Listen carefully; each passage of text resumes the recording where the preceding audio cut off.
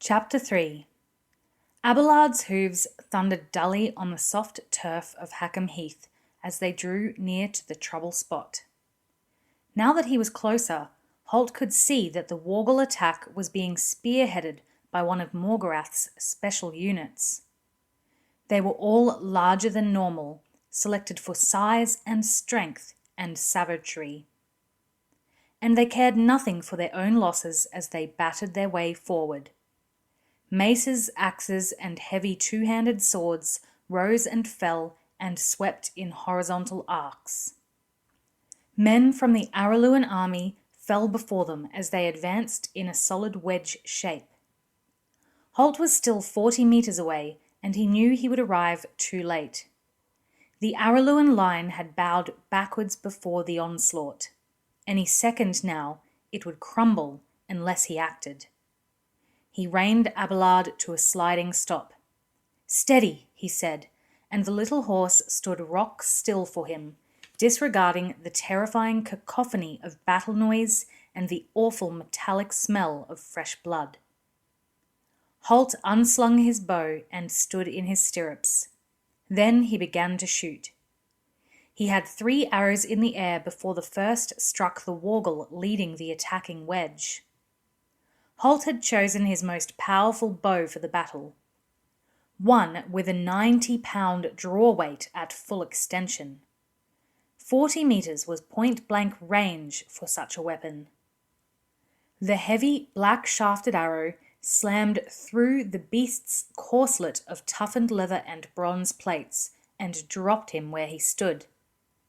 Then, in rapid succession, the next 2 arrows struck home and 2 more Wargles died. Then more and more arrows arrived, each with a deadly hiss-thud, as Holt emptied his quiver in a devastating display of accuracy. He aimed for the Wargles at the head of the wedge, so that as they fell, they impeded the progress of those behind them. It was the sort of shooting no ordinary archer would attempt. If he missed, he might well send his arrows into the backs of the Araluen soldiers facing the Wargles. But Holt was no ordinary archer. He didn't miss. Out of arrows, he urged Abelard forward once more. As he reached the rear of the line, he dropped from the saddle and ran to join the struggling troops. On the way, he stopped, tossed his cloak to one side, and picked up a round shield lying discarded in the grass. The Ranger two-knife defence was no use against a Wargle's heavy weapons.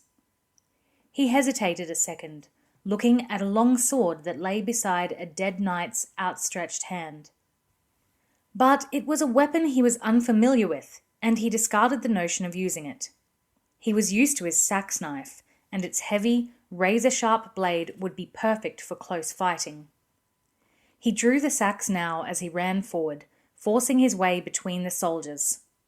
"Come on!" he shouted. "Follow me! Push them back!" The soldiers parted before him until he was at the front of the line and facing a huge, snarling Wargle squad leader. The brute was only a little taller than Holt, but it was massive in the shoulders and chest, and probably weighed twice as much as he did. Holt saw the red mouth open as the Wargle bared his fangs at this new enemy.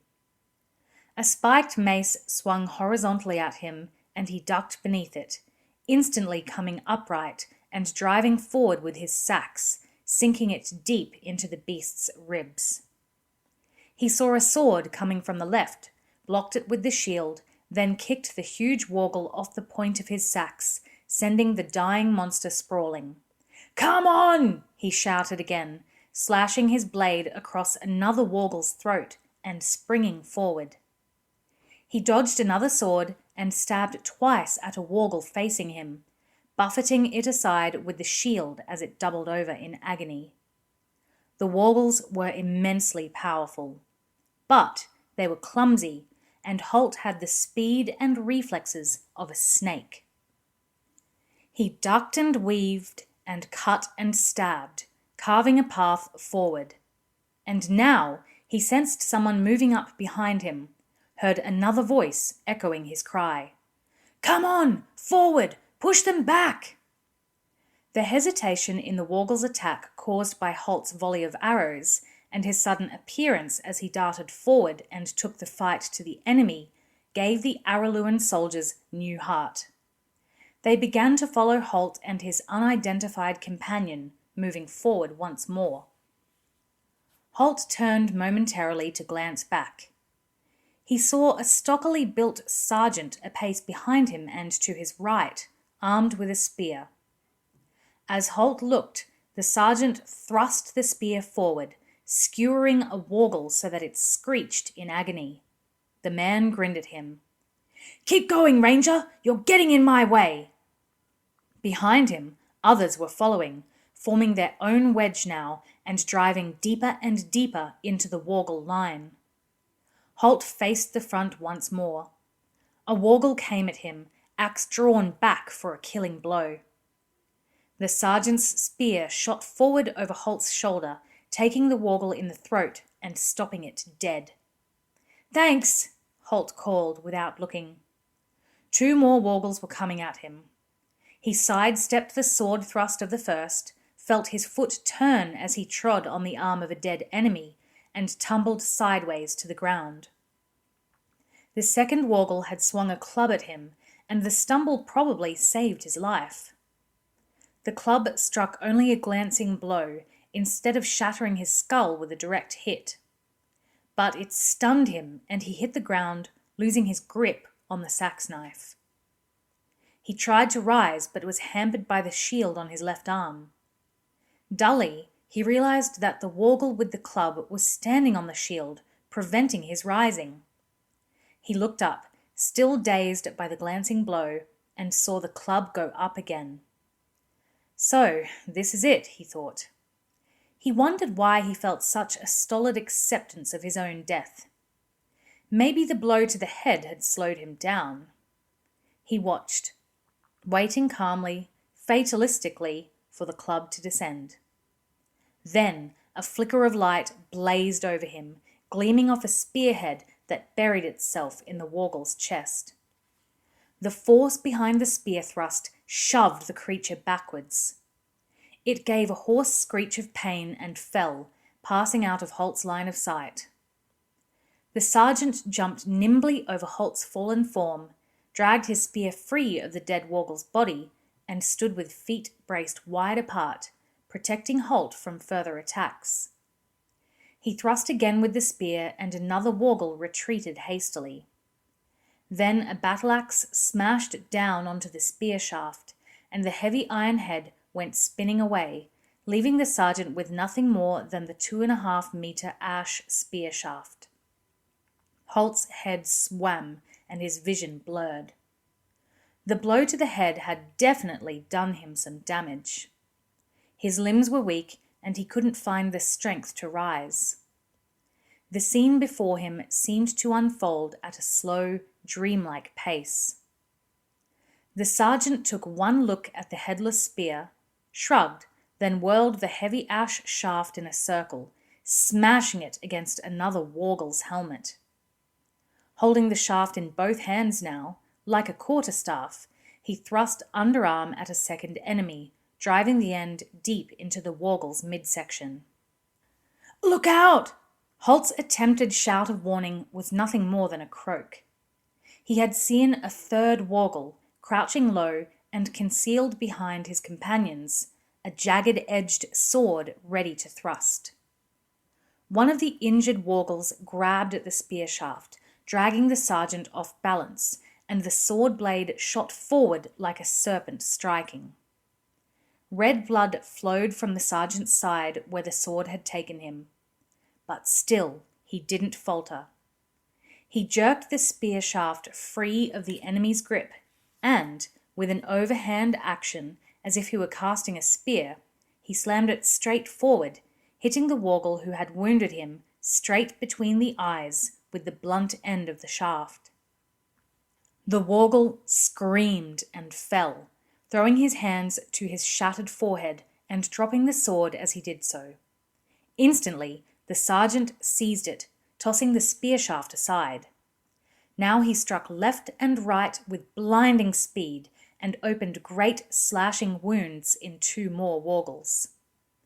One fell where he stood, while the other spun away, blundering into his companions, knocking 2 of them over.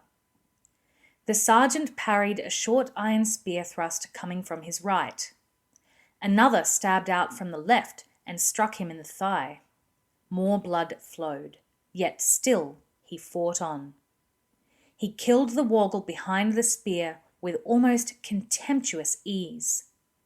Then he slashed and cut left and right with the sword, taking a dreadful toll on any enemy who came within its reach. A knife thrust cut him in the side. He ignored it and dispatched the knife wielder with a backhanded slash. Then Holt saw something he thought he'd never see.